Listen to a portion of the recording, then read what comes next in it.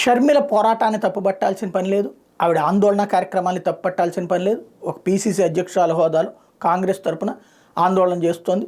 గతంలో కంటే మంచి ప్రచారం వస్తుంది, ఎందుకంటే జగన్మోహన్ రెడ్డి సోదరి కాబట్టి. ప్రతిసారి మా నాన్న ఆత్మ క్షోభిస్తుంది, మా అమ్మ బాధపడుతుంది, ఎందుకు ఇంకా అట్టంటప్పుడు ఇంటికి వెళ్ళి కూర్చోవచ్చు కదా, ఇంట్లో శుభ్రంగా భర్త సేవలు చేసుకుంటూ కూర్చోవచ్చుగా. ఉద్యమం చేస్తున్నప్పుడు అరెస్టులు ఉంటాయి, వ్యవహారం ఉంటుంది.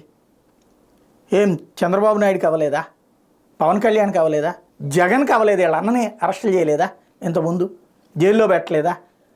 ధర్నాలు ఆందోళన మీదనే కదా ఆయన మీద దాదాపు 40 కేసులు పెట్టినప్పుడు.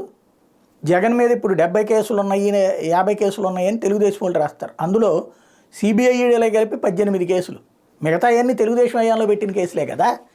మరి అప్పుడు ఏ రోజున మనం మాట్లాడలేదే. రెండవది అదేంటది, చంద్రబాబు నాయుడు టైంలో 7,000 పోస్టులు ఇచ్చారు, నువ్వు వస్తే 6,900 పోస్టులకి డిఎస్సి ప్రకటించావు, నీకంటే చంద్రబాబు బెటర్ కదా.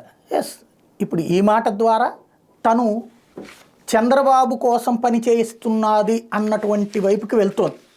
ఇది నేను అన్నాను, నేను జడ్జిమెంట్ ఇయ్యను అట్లాంటి. కాకపోతే ఆ రూట్లోకి తనకి తాను తీసుకెళ్ళడం తను చెడగొట్టుకుంటోందేమో ఆలోచించుకోవాలి. ఎందుకంటే యాజిటేషన్ చేయడాన్ని తప్పట్టడం, ఇది పద్దాక మనానమమ్మ అనేటువంటి పదం ఒకటి అప్పుడు రాజకీయ పార్టీలోకి అనవసరం కాబట్టి అదొకటి మార్చుకోవాల్సింది. రెండవది ఇది తన ఏంటది చంద్రబాబు టైంలోది.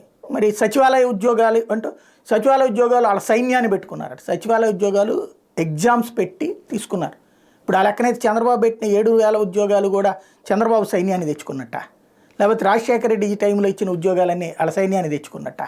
ఏం మాట్లాడతాం మనం? ఒక స్థాయిలో ఉన్నప్పుడు ఈవిడ మాట్లాడుతున్నది అంటే చాలా జాగ్రత్తగా బ్యాలెన్స్డ్గా మాట్లాడుతుంది. ఈవిడ మాటలో పొరపాటు ఏం లేదనిపించాలి, కానీ వేగ్గా మాట్లాడేస్తాం. మాట చాతుర్యం ఉంది, ఆ మాటల చాతుర్యాన్ని కనుక హుందాగా స్ట్రాటజిక్గా మాట్లాడితే భవిష్యత్తులోనైనా మంచి రాజకీయ అవకాశాలు ఉంటాయి.